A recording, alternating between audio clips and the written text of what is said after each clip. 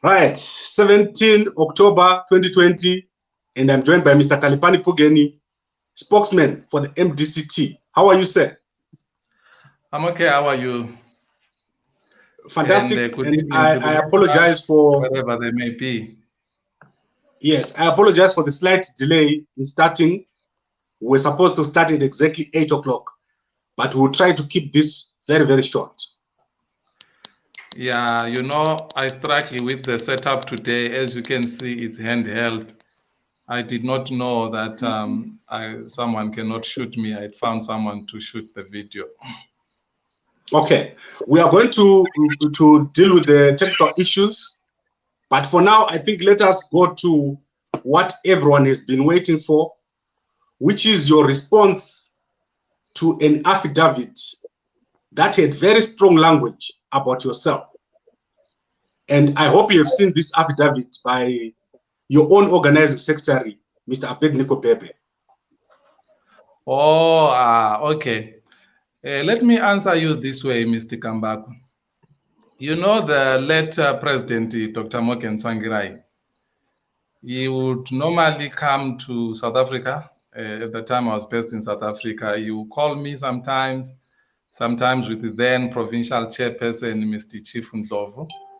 And he will take us to his children and we'll spend a wonderful time there.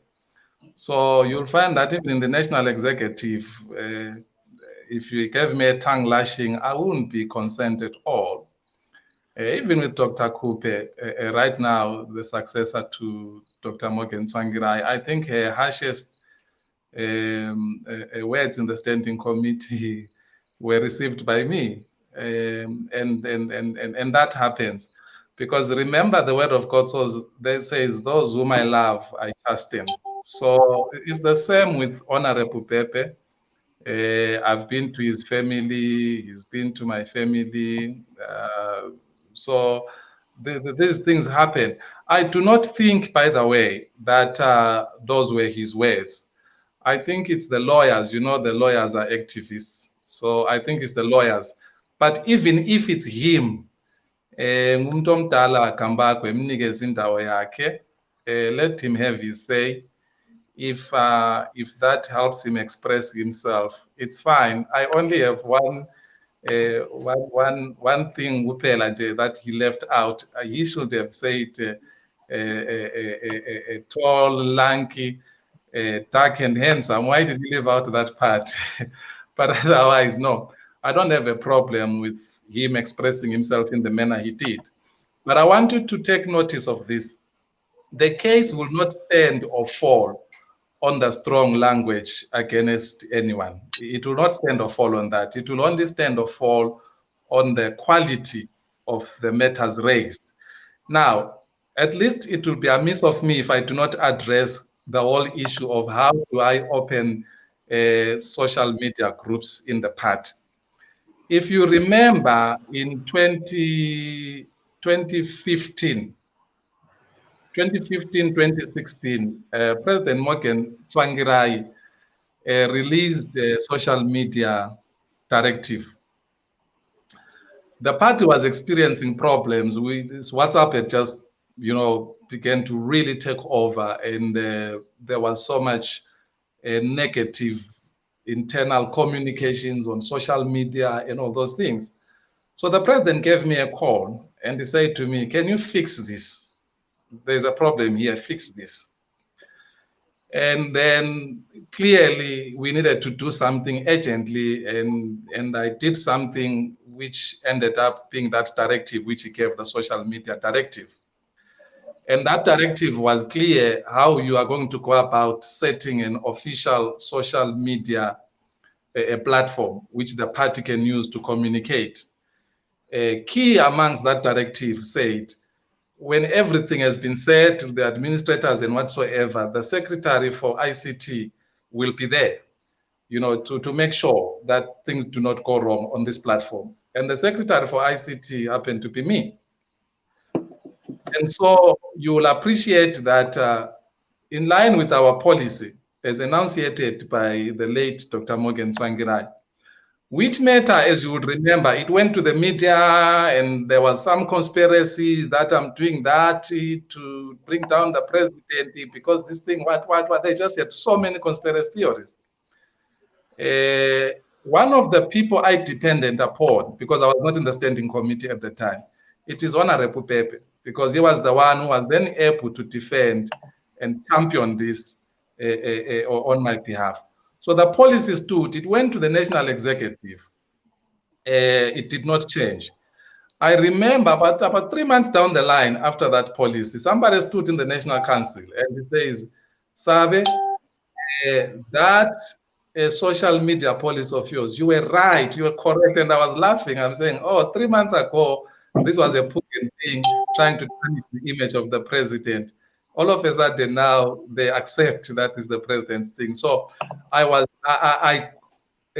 in line with our policy, I am allowed to start a social media group because my real job on social media things is to make sure that its integrity is not compromised. Okay, I think people want to get answers, and I've got about 10 issues I want us to address very quickly, and I'm aware that you're holding your phone on your hands. Yeah. So I want us to quickly... So my hand may fail. Yes, so I want us to quickly answer these questions. Yeah.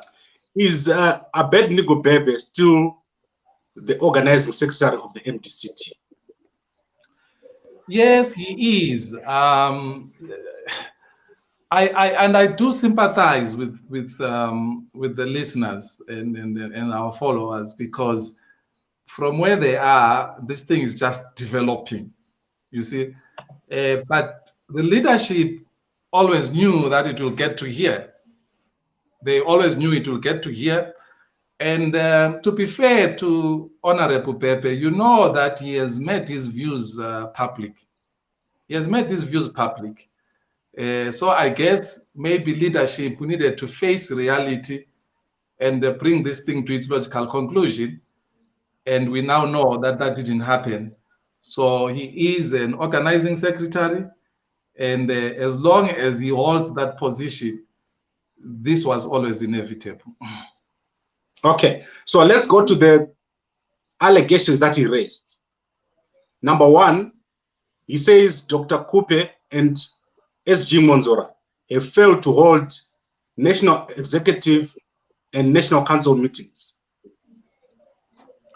Okay, I am mindful of that the matter is sub judice, which means it's before the Honorable Court of Law, so I really can't discuss much about it, but I am not going to obfuscate it, as you know. I'm not that type of a person.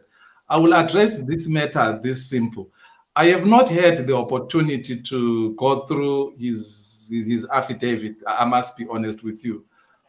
So my team came to me in the morning and said, you've been attacked. And I said, by who? They say to Honorable Bhebhe. We are not sure if it's true or it's just the media being mischievous. I said, it's fine. And they thought they will have to do a response. I said, what response? Like I told you earlier on,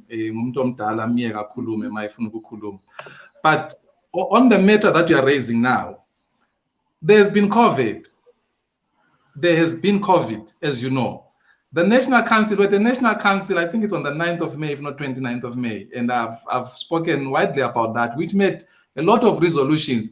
And, you know, to the effect that recall, fill the standing committee to APCT. And so the National Council was there.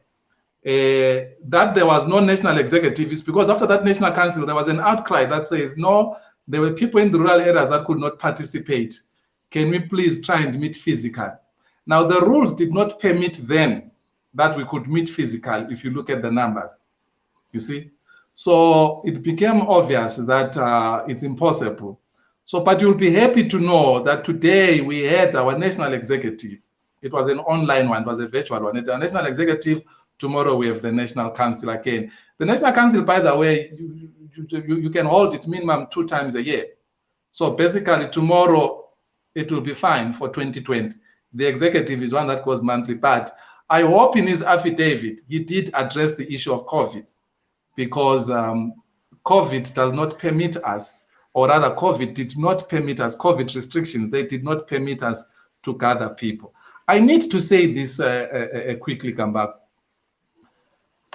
Love him or hate him, I think that the president, HE, the president has handled COVID in an excellent manner, his response. That is why you see numbers what they are. I mean, you can go per capita, look at what is happening South Limpopo, and look at us. So you see his public addresses. I look at him sometimes, even when there is no one close by, he's got a mask over him. And he is modeling the type of behavior which he expects the country to do or to emulate. And therefore, you see the numbers being what they are. With COVID, we were hard hit as a party. You know, we're at 6 and 7 with Deputy Chairperson, Honorable Senator Mtsuri. We're at 7. And by God's grace, we lost none. In fact, you can add, because Honorable Apote is also one of those. So COVID is real. There is no way we could be that reckless and say, to hell with COVID, just come, let's gather. Because no, that would be irresponsible leadership. Okay, so I get what you're saying, and I understand what you're saying, that this case is in court. Now, this takes me to my next question. Yes. There was a court order for youths to leave Harvest House, which was appealed by Nelson Chamisa, Paul Gorekore, and some of the people that were cited. Why is Abednigo Bhebhe, who is on MDC-T side, writing an affidavit in support of Chamisa's appeal? Yeah, I said something there. You probably did not get what I said. I said to you, Honorable Bhebhe has been very clear on his views. He is on something that he thinks will reconcile, so to speak. But it's an interpretation of the judgment which says there are two factions, which is a wrong interpretation as far as the party is concerned. There are not two factions. There is a party and then there is a faction that is following an individual. Because remember what the Supreme Court did. The Supreme Court, what it did is it confirmed the constitution of the MDC-T. It did not suspend it. So the constitution is in operation. So anyone who is found foul or who's offensive to the constitution, the operation of the constitution kicks in. In this case, you've got, as a way of example, a certain Shelton Wende, who claims to be the Secretary General of a party called MDC Alliance. And at the same time, he claims to be the Deputy Treasurer General of MDC-T, simply on the basis that he was a member of our party in 2014. It can't work like that. You cannot be an executive of two political parties. As the SG will say, if we're to bring them in our Congress, it will be calling a Dynamos a board or executive to come and appoint a Highlanders coach. We won't allow that. Okay, but it still doesn't answer the question of why you are keeping Abednigo Bhebhe as your organizing secretary when he has written an affidavit in support of, he is not just a neutral party, he's supporting the position taken by Chamisa and his the other applicants. You can't have someone in your ranks and then he disposes of an affidavit and then you summarily dismiss him. That will be unfair. That will be a miscarriage of justice. So basically, you'll have to take him through the process. And the process does not allow that on the basis that he has disposed of this, you summarily dismiss him. So you must take him through a process if that's what you want to do. You see, so I am not saying he has to be dismissed at a certain time or whatsoever. I'm basically saying what you're advocating for is not leadership. I have made you know that this was inevitable, at least from my advantage position. So I'll assume that leadership was also aware of it. They probably chose this path for a certain reason, but this was inevitable considering my advantage position where I sit. Okay, so currently the youths are sitting at Harvest House. Abednigo Bhebhe has supported Chamisa's group, and they are calling upon SG Monzora and Dr. Thokozani Kupe to take certain actions. Are you going to take those actions or not? But I was in your platform here. I told you that what do they say? They're saying it's not the tail that wags the dog, you know. So that's not going to happen. And I also told you that those are not our youths, because our youths don't behave like that. That's not a conflict resolution method which they've used. That's hostile.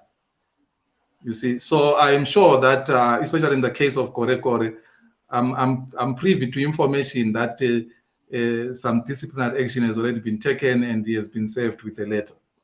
Now, what you see happening there at Harvest House, you must understand, it's still the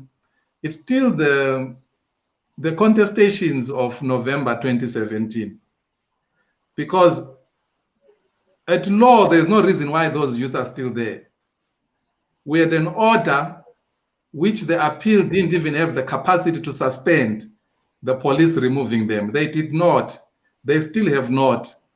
But you know our stance with regards to the rule of law. We will not act outside the rule of law. We don't want to do that. It's by choice. So we are clear, at least, that some of the actions that are done by the police, they leave a lot to be desired. But it's okay. You always accuse us of being a ZANU project. If we're a ZANU project, those youths would have been out long ago. But we will be patient. We will stick to the rule of law. And I'm sure you reported one day on this. We had a court order. Which court order the appeal didn't have the capacity to suspend the implementation. But it's fine. We are on a democratic project here. And it requires patience, it requires maturity, and that is what we're involved in. Okay, so to everyone who's watching, if you go to gambakwe.com, I have put every document to do with this case in one post. That is the top post on gambakwe.com. I have put the documents from the youths when they got into Harvest House. I've put the appeal by Nelson Chamisa. I've put the court order. I've put the dismissal of officials by MDC-T. I've put the affidavit by Abednigo Bhebhe on that one post. So if you go to gambakwe.com now, you'll see all these documents. And as I said in the beginning, this case is obviously before the courts and we cannot deal with the details. But I want us to answer more Boys Munetsi. He has asked us a question. Why didn't you bring Abednigo here? And I want to say I tried my best to bring him here. I got all his phone numbers and he's offline. I don't know if he's attending some event, but he's not available for me to bring him here. But obviously, we can bring him here anytime to answer what Mr. Phugeni is saying. I'm, however, a bit concerned about the language that was in that affidavit. I feel it's almost as if Mr. Bhebhe is distancing himself from the MDC-T. But are you afraid as MDC-T of taking action against him? The same way you've taken action against so many people who are in the provinces. You're fired. There's a list which came out on the 12th with so many people. Are you afraid to take the same action on Mr. Bhebhe? No, I want you to appreciate one thing. I speak on behalf of the party. I do not speak on behalf of Khaliphani Phugeni and friends or in family. So before the party resolves on a course of action, I cannot begin to prescribe here that this and this and this must happen. What I do know, and I think I've said as much, I have said from my advantage position, this was inevitable. So it is clear to me that leadership would have preferred this route for whatever reason. I have not yet canvassed that with them, but I'm sure that the issue will come up. On the issue of the choice of language, as I've already said, I am personally not offended. Like I told you, umuntu omdala. So ma umuntu omdala efuna ukukhuluma, who am I to say ungakhulumi kanje ungathini? Umuntu omdala miyeke akhulume. Umuntu omdala uyahlonitshwa, umuntu omdala uyaphiwa indawo yakhe, lesikhathi sakhe. That's my attitude towards this. So I am not offended at all. I can't be offended by Honorable Bhebhe. He still retains my uttermost respect, and no, I have nothing but respect. Okay, so I think it's clear. The National Executive was held today. The National Council will be held tomorrow. Are the other nomination dates still in order? Is there any change that is going to take place? Well, I will be able to communicate after the National Council tomorrow. So that's when I will be able to give you the resolutions of both meetings.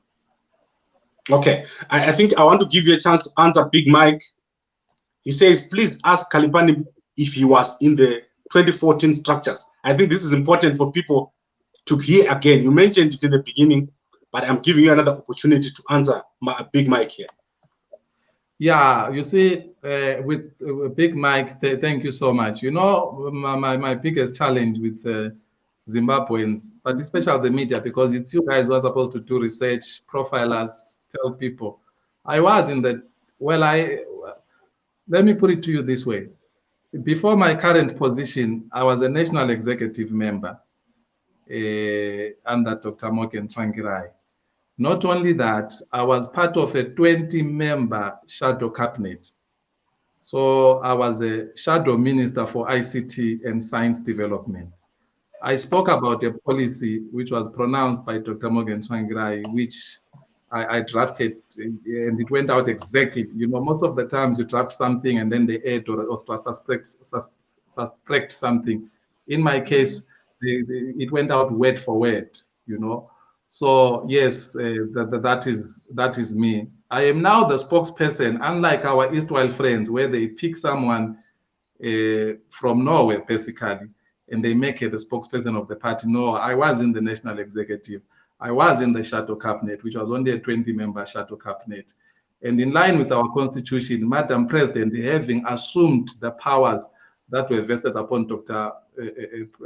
Morgan Tsvangirai, I think it's section 9 point what, she's able to appoint me to the current position that I have, and the processes are going on. The executive did adopt her report, and then we will wait tomorrow the National Council, which I don't expect any problem, because remember, the National Council ordered her to fill this vacant post in our last National Council meeting.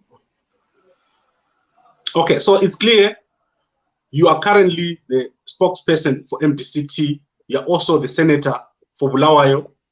You have been in the MDC-T for a very, very long time. I knew you when you were representing MDC-T here in South Africa in the Diaspora Vote Coalition. You are not someone who came from Norway and became a member of the MDC-T. Let me say this to you, Kambako. You know, I was making an observation and I was talking to Chief. I do not remember our late icon taking us to his family, in this case his children, with any other party members. It was, sometimes he will just take me alone, sometimes he will take me with Chief, the chairperson. That was the type of relationship. You don't just wake up in the morning from Norway and have that type of a relationship with your leader. He's been to our families, we've been to his family. So yeah, that's contrary to what they want you to believe. We're an integral part of this whole project. So when you see this passion and people think it's a selfish motivation, no, it's because we are from far with this project, and we will protect it and defend it at whatever cost. Okay, so Mr. Phugeni, I think all the questions that people had are answered. There is nothing we can say at the moment. You are not against Mr. Bhebhe. He's got a right to say what he wants to say. But the programs of the MDC-T are continuing. The MDC Alliance leaders are not allowed to contest during the upcoming extraordinary Congress. And the members of the executive were fired because they now belong to a different party, the MDC Alliance. I've got a number of people who want to join. Yeah, it's to very ask you critical. questions. It's very critical for people to appreciate that the operation of the constitution of the MTC was not affected by the Supreme Court judgment. If anything, it was enhanced, it was confirmed, it was strengthened. So if you offend that constitution, you will face the full wrath of that constitution. Very, very important. So indeed, we cannot have people who belong to another political party try and come and determine our leadership. We will not allow that. Really, with Honorable Bhebhe, the issues are before a court of law. There are competent judges there that will determine this case. So really, why should I put my time? This is not about me, by the way. So those who think it's about me, who am I? This has got nothing to do with me. I'm just a spokesperson. So I'm quite confident in the courts that they will look at. Do you think the courts will even consider that a tall, lanky fella? The court will not consider that. The court will consider the substantive issues that are brought with regards to that case. Okay, Mr. Phugeni, I do not want to keep you here for longer than necessary. My hand is saying that. Let me go. Yes, I've got some people here who want to join, but I do not want to talk to someone whose camera is not on. So what I'm going to do is I'm going to take you off the stream, and we can add other people if they're able to put their cameras on, because obviously if I can't see a person and I put them on stream, I do not know what they're going to say. So if you want to talk to Mr. Phugeni, you have to put your camera on so that we'll see your face. Yeah, can we do that tomorrow after the National Council resolutions? Then I can do a proper setup and all those things. Yeah. You can see I'm just standing here. Normally you shoot me when I'm seated, circled. I'm actually cooking, so my pots are going to be burning shortly. So I have to go, unfortunately. Those that want to talk to me, we can do it tomorrow. So basically what you can do is screen your callers, find out what they want to discuss and all those things. You know, Musa, we have situations where people come in, they get excited, they start insulting, they start attacking. I am not for that. You've listened to some of my interviews, even outside your platform. I take questions. They just have to be constructive. They just have to be informed. I'll answer them. But unfortunate, a man has to eat if he's going to be available for tomorrow. Okay, so tomorrow, which is Sunday, same time, 8 o'clock, I'm going to bring Mr. Phugeni here. If you've got questions, if you want to join, you have to join. You join that time, but you have to tell me in advance. I'm also asking that you put your camera on. Please, we cannot have a discussion with someone whose camera is off. Okay. Right, so Mr. Phugeni, yeah.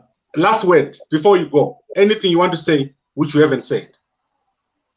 No, I would like to thank you. I would like to thank you for playing the appeal for brilliance. And I would like to thank you for your contribution. I'll also like to thank you for committing to giving a recorder. So it's now easy because somebody else also said they could buy a recorder. So because you already have it, so I'm just going to go to that person and say, maybe please procure the solar system or a Jojo, you know those things. So thank you so much. You know, the Bible says the poor you'll always have amongst you. And you judge a society by the way it responds to its weak and the vulnerable. And I am moved by what I've seen people right around the country and the world saying, how can we help? but I still challenge them, go to that GoFundMe, put your 2 cents as well, and then let's see how far we can go in service of others. After we're done with Brilliant, by the way, I have my sister in Harare who's living with albinism, and she also contacted me through the same guy, Tafaza. So we're going to do something for people living with albinism to see how we can make their life, their quality of life, of a better standard than what they're currently going through. But thank you so much for availing your platform. Thank you for your contribution, and every little helps. Right, Mr. Phugeni, thank you very much for joining us today, and we'll be having you back tomorrow, 8 p.m. after the National Council. I hope you'll be able to talk to us tomorrow, but if you're not, I'll keep everyone posted and updated. Thank you very much, everyone. I'm not going to read the comments because Mr. Phugeni is holding his phone. So if you want to talk to Mr. Phugeni, there is his number on the screen. You WhatsApp him, you arrange to talk to him or to get a response via WhatsApp. Thank you very much, sir, for joining us, and thank you very much for promising to join us tomorrow. Oh, thank you, Put, and goodbye to the listeners.